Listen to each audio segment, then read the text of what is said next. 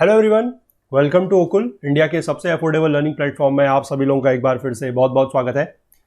आइए अपने इस course that is certificate physical and human geography GC Leong को आगे बढ़ाते हैं।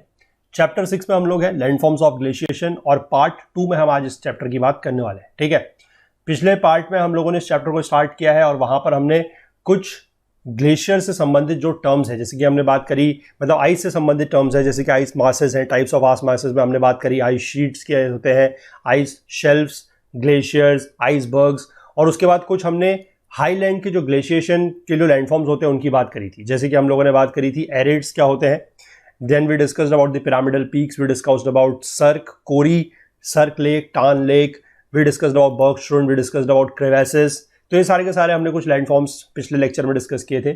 आज हम थोड़ा सा इसी में और जो हाईलैंड्स के ग्लेशिएशन है, जो लैंडफॉर्म्स है, वो बात करेंगे और थोड़ा सा कुछ जो लो लैंड्स के हैं उनके बारे में भी बात करेंगे। ठीक है, तो चैप्टर जो है वो एक लेक्चर मोस्ट प्रोबेबली इसमें और लगेगा और तीसरे पार्ट में जाके ये चैप्टर जो है कंप्लीट हो जाएगा। ठीक है, तो आगे बढ़ने से पहले मैं आप सभी लोगों से एक बार फिर से रिक्वेस्ट करना चाहता हूँ कि जो लोग इस कोर्स को, इस वीडियो सीरीज को फॉलो कर रहे हैं, जिनको ये पसंद आ रही है, उनसे मेरी रिक्वेस्ट है कि आप लोग ज़्यादा से ज़्यादा वीडियोस को लाइक करें, ज़्यादा से ज़्यादा शेयर करें अपने दोस्तों के साथ, अपने कलीग्स के साथ, ताकि सभी लोगों को, या मैं कहूँगा कि ज़्यादा से ज़्यादा लोगों को हमारे इन कोर्सेज़ का जो है वो फ़ायदा मिल सके। और बाकी जो लोग चैनल पर नए हैं उनसे भी मैं रिक्वेस्ट करूँगा कि अगर आप लोगों को चैनल का कंटेंट पसंद आ रहा है, लग रहा है कि यहाँ पर जो भी चीज़ मिल रही है, जो भी कंटेंट मिल रहा है उससे आपकी हेल्प हो रही है, तो आप लोग भी चैनल को जरूर सब्सक्राइब कर लें और बेल आइकन प्रेस करना ना भूलें, ताकि हमारी तरफ से जब भी कोई वीडियो पोस्ट हो तो सबसे पहले उसका नोटिफिकेशन आपको मिल जाए। ठीक है, चलिए तो स्टार्ट करते हैं आज का लेक्चर, चलते हैं अपनी बुक की तरफ। देखिए, 3 लैंडफॉर्म्स की हम लोग बात कर चुके हैं, हाईलैंड्स के।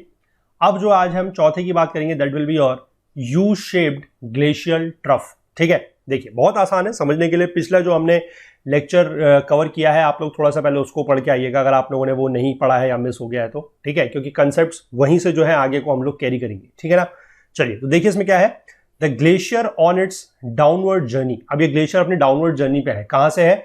जो हमारा ऊपर अल्पाइन ग्लेशियर होता है, जब वो वैली से नीचे को फ्लो कर रहा है तो वहां की बात हो रही है। It is fed by ice from several Cori's like tributaries that join a river. ठीक है, कोरीज क्या होता है हमने पढ़ा था, कोरीज वाज लाइक अ सर्क।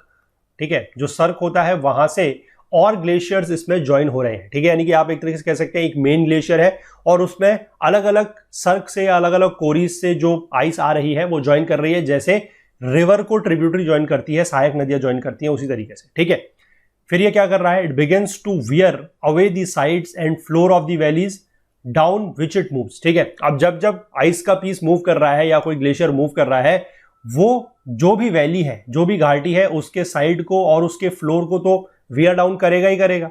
ठीक है, it scratches and grinds the bedrock removing any rock debris and surface soil. और जैसे जैसे वो मूव कर रहा है वो बेडरॉक को ग्राइंड कर रहा है, बेडरॉक को स्क्रैच कर रहा है और जो भी रॉक डेब्रिस वगैरह है या सरफेस की सॉइल है उसको वो रिमूव कर रहा है। ठीक, it tends to straighten any protruding spurs on its course. Protruding का मतलब क्या है, देखिए मैं आपको समझाता हूं। ठीक है, थोड़ा सा इसको हम लोग एग्जांपल से, मतलब एक फिगर से समझते हैं। मान लीजिए ये रास्ता है और यहां पर इस तरीके का कोई रॉक है जो ऐसा है। ठीक, अब यहां से कोई बड़ा सा ग्लेशियर अगर मूव करते हुए नीचे को आ रहा है तो वो क्या करेगा, इस पार्ट को, यानी कि दिस इज योर प्रोट्रूडिंग, मतलब होता है उभरा हुआ। ठीक है, प्रोट्रूडिंग जो वर्ड दिया गया है इसका अगर आप हिंदी में मीनिंग देखेंगे, इसका मतलब होता है उभरा हुआ। ठीक है, सतह से बाहर की तरफ को जो उभरा हुआ होता है that is known as protruding. ठीक, तो अगर ये ग्लेशियर यहां से इस तरीके से मूव करेगा तो इस प्रोट्रूडिंग पार्ट को क्या करेगा, ये तोड़ देगा। ठीक है, तो यही चीज यहां पर लिखी गई है, tends to strengthen the protruding spur. तो जो भी इस तरह के प्रोट्रूडिंग स्पर्स होंगे उनको ये तोड़ते हुए इस रीजन को क्या कर देगा, स्ट्रेट। ठीक, the interlocking spurs are thus blunted to form truncated spurs and the floor of the valley is deepened. ठीक है, इंटरलॉकिंग स्पर्स हम लोगों ने रिवर के केस में भी समझा था कि किस तरीके से जो एक, जैसे एक यहां से स्पर होता है, इस तरीके से फिर स्पर होता है, तो एक दूसरे को इंटरलॉक करते हैं। अब क्या होगा कि जो भी इसके प्रोट्रूडिंग पार्ट्स होंगे उनको इस तरीके का जो हमारा आइस का पीस है या जो ग्लेशियर है वो मूव कर रहा है तो वो इनको काटेगा। ठीक है, और काटेगा तो they will become blunt. Blunt मतलब क्या है कि जो शार्प है, जो प्रोट्रूडिंग पार्ट है वो कट जाएगा, उसके बाद ये थोड़ा सा ब्लंट हो जाएंगे and they will be converted into a truncated spur. ठीक है, इंटरलॉकिंग स्पर जो है वो ट्रंकेटेड बन जाएंगे। ट्रंकेट करने का मतलब होता है टू शॉर्टन समथिंग। ठीक है, किसी चीज को अगर हम छोटा कर रहे हैं that means we are truncating it. ठीक है, और जो फ्लोर ऑफ द वैली है वो क्या हो जाएगा, वो डीप हो जाएगा, वो गहरा हो जाएगा। ठीक है, मतलब ट्रंकेटेड स्पर तो बेसिकली जो हो रहा है, जो ट्रंकेशन हो रहा है वो तो साइडवेज है, ये आपको समझना है। ठीक है, आपको हमेशा ध्यान रखना है जब भी किसी ग्लेशियर का या इस तरीके के आइस पीस का मूवमेंट हो रहा है तो वो दोनों तरफ कटिंग कर रहा है, वो साइडवेज कटिंग भी कर रहा है, वो ग्राउंड में भी कटिंग कर रहा है, यानी कि नीचे भी कटिंग कर रहा है। ठीक है, तो जो साइडवेज कटिंग होगी उसकी वजह से तो क्या है कि जो ये इंटरलॉकिंग स्पर्स है दे विल बिकम ट्रंकेटेड, और जो बॉटम में कटिंग हो रही है उसकी वजह से क्या है कि जो ये वैली का फ्लोर है वो डीप हो जाएगा। ठीक है, a valley which has been glaciated lakes are characteristic U shape with a wide flat floor and a very steep sides। ठीक है, तो देखिए इसको आप बहुत ही आराम से समझिए। हमने पहले बात की थी कि वी शेप्ड वैलीज होती हैं, ठीक है ना। वी शेप्ड वैलीज में जब इस तरीके से कोई ग्लेशियर मूव करेगा तो ये वाली साइड जो है, ये साइड भी कटेगी और ये साइड थोड़ा सा ऐसे हो जाएगी, ये वाली साइड कटेगी, ये साइड भी ऐसे हो जाएगी, क्योंकि ये वाला जो पोर्शन है ये इसकी कटिंग होगी, इस वाले पोर्शन की भी कटिंग होगी। ठीक है, तो ये पोर्शन जो आपकी वैली पहले वी शेप थी अब वो कुछ इस तरीके की बन जाएगी आ यू शेप्ड। ठीक, पहली बात तो ये समझ गए, यू शेप्ड हो गई है। इसमें क्या है कि वाइड हो गई है। देखिए पहले जो वैली थी वो सिर्फ इतनी सी थी और अब आप देख सकते हैं कि वैली का जो साइज है वो बड़ा हो गया है, अब वो इतना चौड़ा हो गया है। तो पहला पॉइंट क्लियर है, वाइड हो गई। वैली का फ्लोर जो है वो फ्लैट हो गया है। पहले वैली का फ्लैट फ्लोर जो फ्लोर था वो फ्लैट नहीं था क्योंकि वी शेप्ड वैली थी। अब आप देख सकते हैं कि वैली का जो फ्लैट है वो भी क्या हो गया है, जो फ्लोर है वो फ्लैट हो गया है।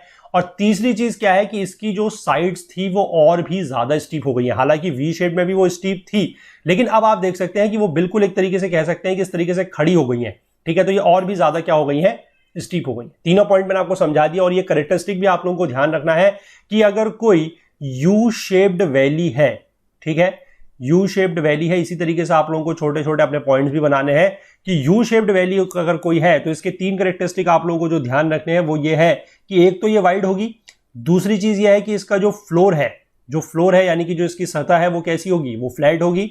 और तीसरा चीज क्या है कि इसका जो साइड्स है, ठीक है, वो स्टीपर होंगे, मतलब स्टीपर देन वी शेप्ड।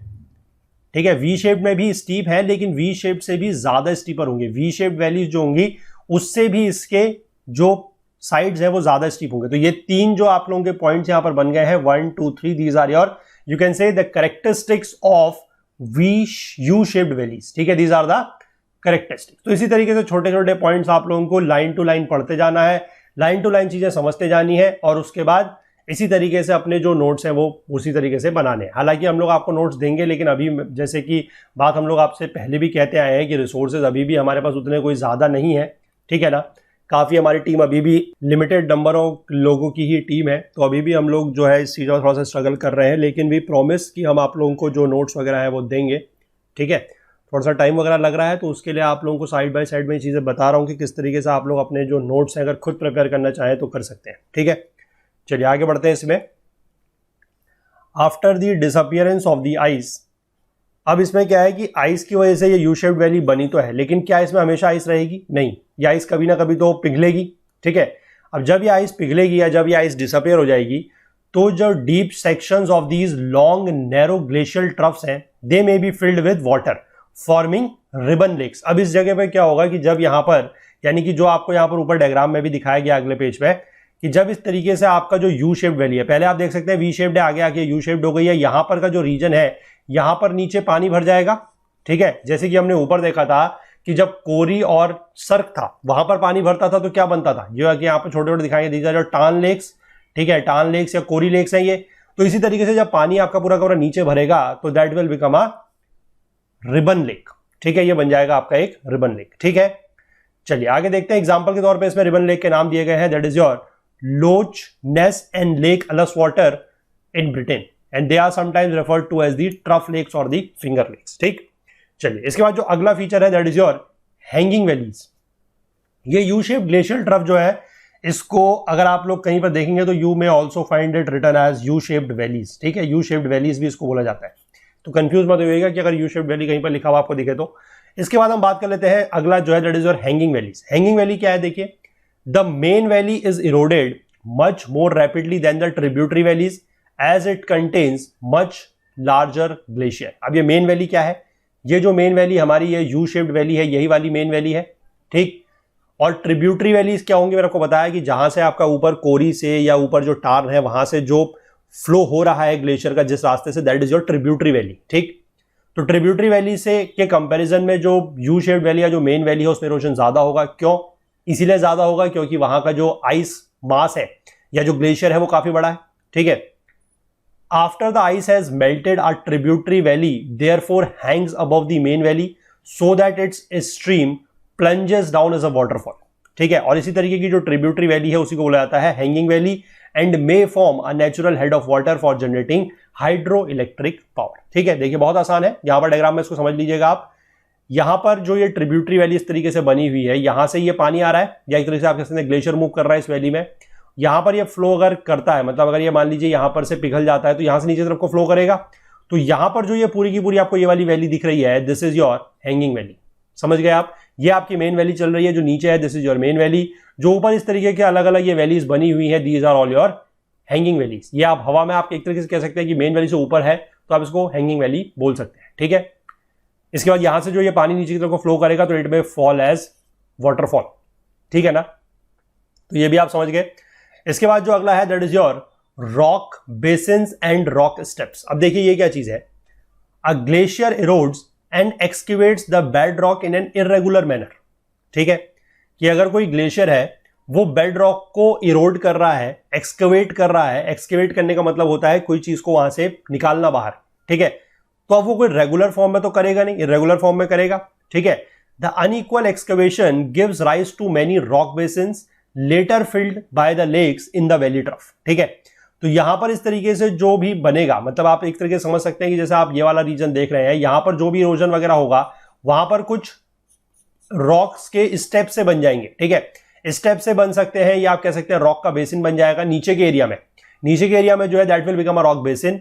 और अगर आप साइड की बात करें, देखिए जहां पर where a tributary valley joins the main valley, यहां पर ये आपकी ट्रिब्यूटरी वैली है, ये आपकी मेन वैली है। जहां पर ये ज्वाइन करेगी वहां पर क्या होगा कि additional weight of ice in the main valley cuts deeper into the valley floor at the point of convergence forming a rock step.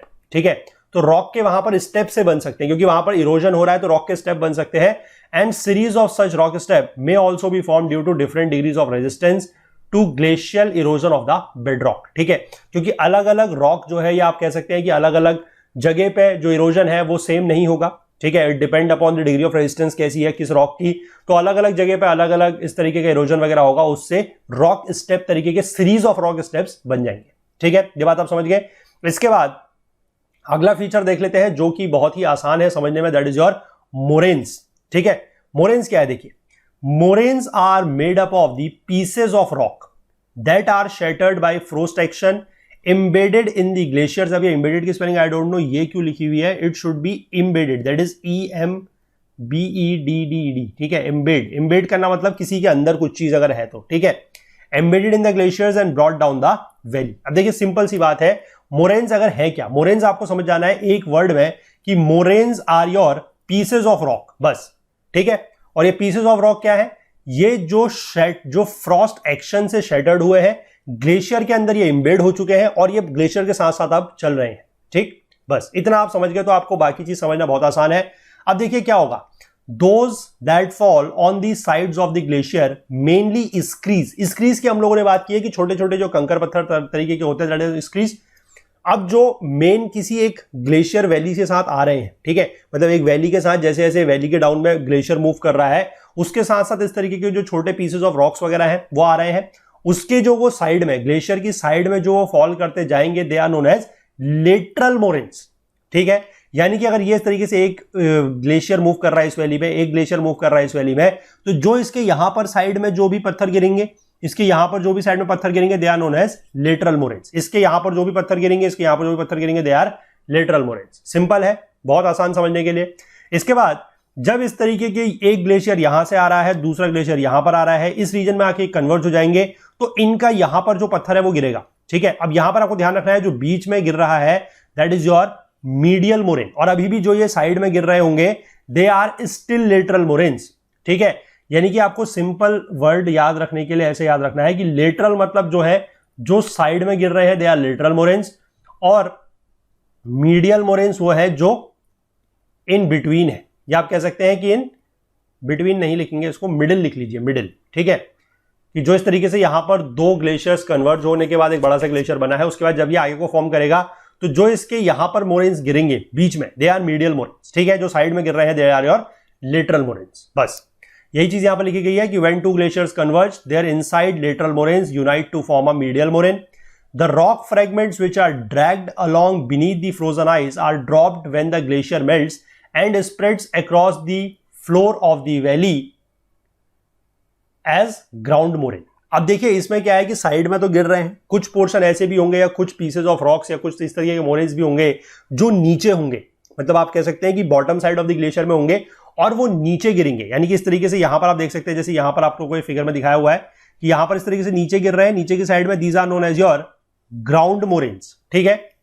इसके बाद क्या होगा कि ग्लेशियर जब इवेंचुअली मेल्ट कर रहा है on reaching the foot of the valley, जब वो आगे की तरफ को बढ़ रहा है, ठीक है, जैसे यहां पर भी आपको दिखाया गया है कि जब ये यहां पर आगे मूव कर रहा है और ये पूरा का पूरा जब यहां पर ग्लेशियर मेल्ट कर जाएगा तो इसके अंदर का जितना भी मोरेन्स है वो बाहर आ जाएगा, मतलब जो पत्थर है वो बाहर आ जाएगा, तो दैट इज नोन एज, जो एंड में बनता है that is known as your terminal moraines.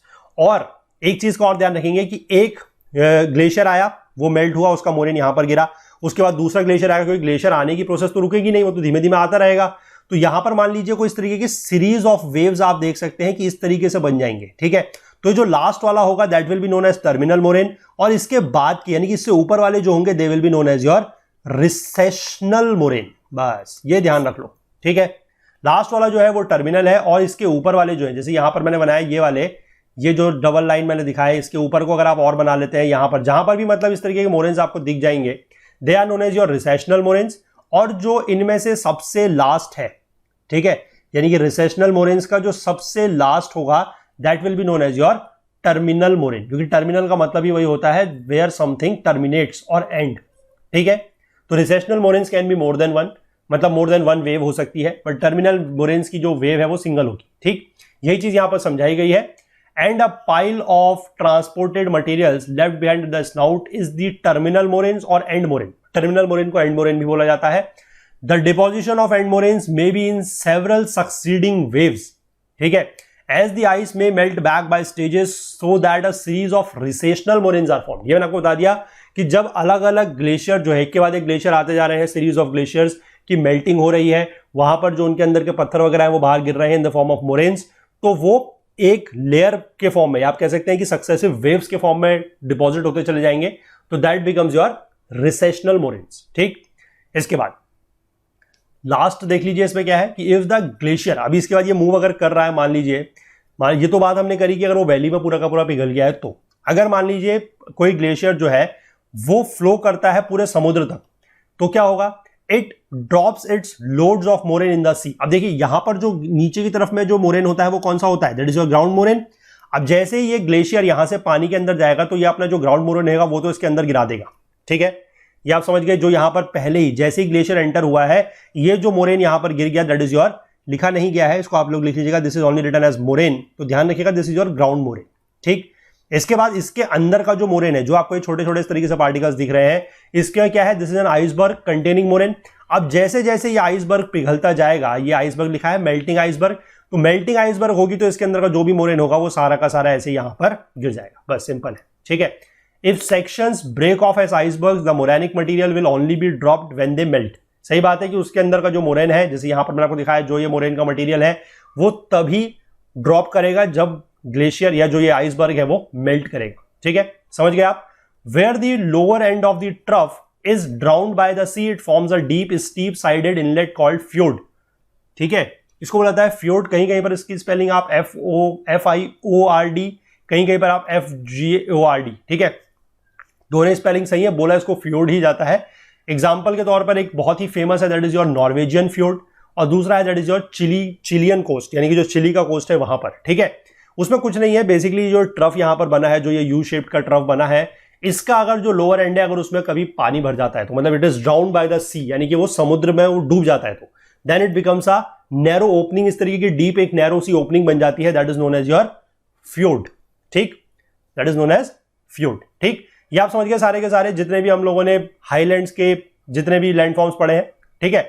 अब हम लोग आगे बढ़ जाते हैं, now we move on to the landforms of glaciated lowlands, कि लोलैंड्स में किस तरीके के हमारे लैंडफॉर्म्स बनते हैं ग्लेशिएशन की वजह से। ठीक है, चलो देखेंगे सबसे पहले क्या लिखा गया है कि landforms of glaciated lowlands are mainly depositional in nature. हम लोगों ने ये बात की थी कि जैसे जैसे हमने बात की थी रिवर के केस में कि अपर एंड में हमारा या अपर कोर्स में हमारा इरोजन डोमिनेट करता है, जैसे जैसे आगे बढ़ते हैं तो एंड में पहुंचते पहुंचते डिपोजिशन डोमिनेट करता है, उसी तरीके से कुछ कुछ पैटर्न जो है वो ग्लेशियर्स के फॉर्म में भी है।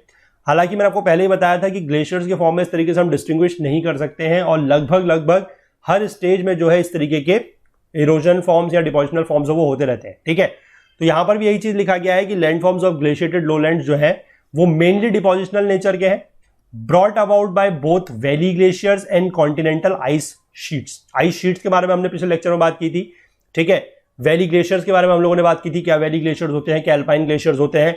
तो इसीलिए मैं बहुत बोल रहा हूं कि अगर किसी ने वो लेक्चर मिस कर दिया है तो प्लीज उसको जाके देखिएगा, यहां पर उसका लिंक आपको ऊपर मिल जाएगा, यहां पर आई बटन पे क्लिक करके आप उस वीडियो को जो पहला लेक्चर है वो देख सकते हैं। ठीक है, चलिए, the former leaves behind the eroded materials in only restricted areas. Former मतलब वैली ग्लेशियर्स। ठीक है, क्यों? और बाकी जो ये आइस शीट होगा on the landscape is far more wide spread because they advance through large areas during the ice ages. सीधी सी बात है, scouring and removing any surface soil and rock debris on their way. क्योंकि ice sheet जो है वो ज्यादा बड़े एरिया में मूव करेगी, तो इसलिए उससे क्या होगा कि जो उसका इरोडेड, वो जो इरोडिंग करेगा वो ज्यादा बड़े एरिया की करेगा, तो अपने साथ वो ज्यादा मटेरियल कैरी करेगा। ठीक है, और जो वैली ग्लेशियर्स करेंगे वो बहुत ज्यादा एरिया में as such compare to ice sheets move नहीं करेंगे, तो उनका जो इरोडिंग होगी वो रेस्ट्रिक्टेड एरिया में होगी। ठीक है, तो as a result it has been estimated that almost a third of the total land surface of Europe and North America is littered with glacial and fluvio glacial materials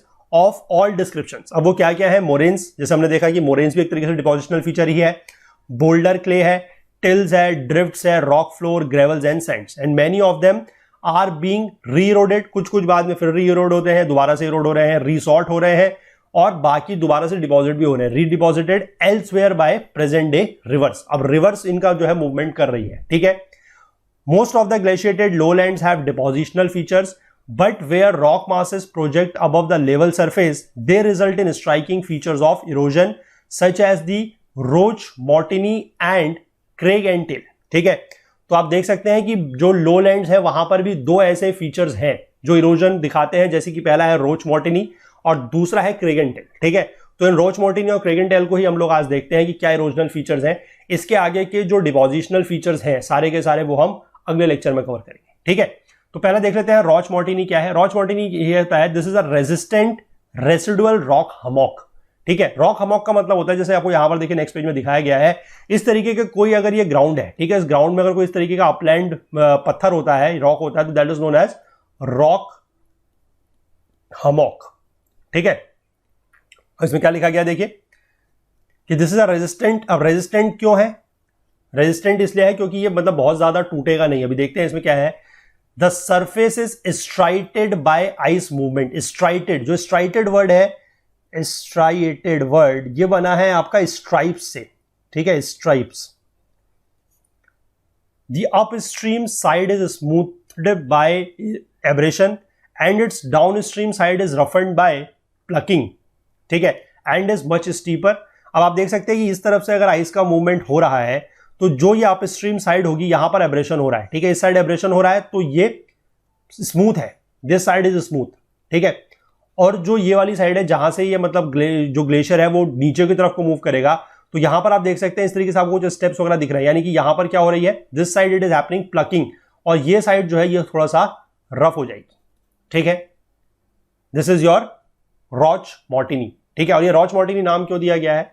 the term roche moutonnee is used to describe such a feature because it resembles a sheepskin wig once worn in France। ठीक है, France में इस तरीके की कोई sheep skin की wig पहनी जाती थी, तो उसको लेकर नाम दिया गया है।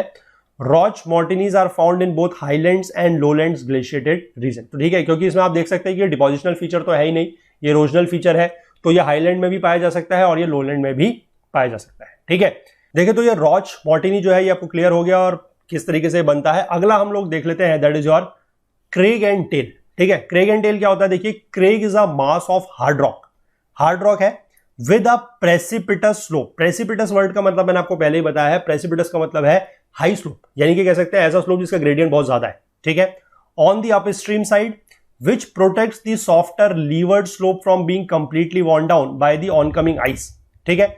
इस वजह से क्या होगा कि वहां पर जेंटल टेल सी बन जाएगी। देखिए ये हमारा जो लीवर्ड साइड है, दिस वन विल बी, क्योंकि अगर यहां की तरफ से मूवमेंट हो रहा है तो this becomes your levered side. ये हम लोगों ने जहां पर अपना रेन वगैरह को लेकर भी बात की है, that becomes your levered side. अब यहां पर क्या है कि जब इसका मूवमेंट हो रहा है तो इस साइड से जो है वो कटिंग बहुत ज्यादा नहीं होगी, ठीक है, बहुत ज्यादा कटिंग नहीं होगी। तो यहां पर एक इस तरीके की जेंटल टेल सी बन जाएगी। This is your gentle tail. आप यहां का देख सकते हैं जो स्लोप है वो बहुत ज्यादा स्टीप नहीं है, यहां का स्लोप बहुत ज्यादा स्टीप है, यहां का स्लोप स्टीप नहीं है, ठीक है। Strewn with a eroded rock debris. The classic example जो इसका है that is your castle rock of Edinburgh, Scotland. Edinburgh castle is located on the crag and the high street on the tail, ठीक है। बाकी जो इसके remaining features हैं glaciated lowlands के, वो सारे के सारे डिपोजिशनल फीचर्स हैं। उनके यहां पर कुछ नाम आप लोगों को देखने को मिल सकते हैं, जैसे कि बोल्डर क्ले ग्लेशियल टिल है, इरेटिक्स है, then you have drumlins, you have eskers और you have the terminal moraines भी यहां पर लिखा हुआ दिख रहा है आपको, ठीक है। तो ये सारे के सारे जितने भी फीचर्स हैं, जितने भी डिपोजिशनल फीचर्स हैं स्पेसिफिकली, इनको हम लोग अगले लेक्चर में कवर करेंगे और अगले लेक्चर में मोस्ट प्रोबेबली ये जो टॉपिक है कंप्लीट चैप्टर ये कंप्लीट हो जाएगा, ठीक है। चलिए, तो कंटेंट रिलेटेड अगर आपको कोई भी डाउट होता है तो आप हमारा टेलीग्राम का जो ग्रुप है दैट इज ओकुल जीएस यूपीएससी डिस्कशन फोरम, इसको ज्वाइन करके वहां पर आप अपने डाउट्स पूछ सकते हैं। इसका लिंक नीचे डिस्क्रिप्शन बॉक्स में दिया हुआ है, या फिर आप इसको टेलीग्राम में सर्च करके भी ज्वाइन कर सकते हैं। इस पूरे के पूरे वीडियो सीरीज का जो फुल कोर्स है वो हमारी वेबसाइट पर अवेलेबल है। वहां पर आपको सारे के सारे वीडियोस मिल रहे हैं और उस कोर्स में जो है नोट्स और क्विजेस भी बहुत जल्दी ऐड कर दिए जाएंगे। तो वीडियोस के जरिए आप लोग पढ़ सकते हैं, कंसेप्ट्स अपने सीख सकते हैं, क्लियर कर सकते हैं। नोट्स के जरिए आप लोग अपनी क्विकली रिवाइज कर सकते हैं और क्विजेस के जरिए आप लोग अपनी तैयारी को, अपनी प्रिपरेशन को एसेस कर सकते हैं। कोर्स परचेस करने संबंधी अगर कोई टेक्निकल क्वेरी आप लोग फेस करते हैं तो आप लोग व्हाट्सएप के इस नंबर पर कांटेक्ट कर सकते हैं, दैट इज 9498086380। बाकी अगर आप हमसे कोई और बात शेयर करना चाहें, कुछ पूछना चाहें या कुछ बताना चाहें तो उसके लिए आप हमें ईमेल के थ्रू भी कांटेक्ट कर सकते हैं, दैट इज support@okul.co। बाकी हमसे ज्यादा जुड़ने के लिए आप हमें फेसबुक पर, इंस्टाग्राम पर, लिंक्डइन पर और ट्विटर पर भी फॉलो कर सकते हैं। Thanks for watching till the end. आप हमारे अदर कोर्सेज को इन प्लेलिस्ट्स के थ्रू एक्सेस कर सकते हैं। अगर आपको यह वीडियो पसंद आया है तो लाइक ज़रूर करें, इसे ज़्यादा से ज़्यादा शेयर करें। अगर आपने अभी तक हमारे इस YouTube चैनल को सब्सक्राइब नहीं किया है तो जल्दी से कर लीजिए और बेल आइकन प्रेस करना बिल्कुल नहीं भूलिएगा, ताकि आपको हमारे सभी वीडियोस के नोटिफिकेशन सबसे पहले मिल सके। अपने कमेंट्स करके हमें ज़रूर बताइएगा कि आपको ये वीडियो कैसा लगा।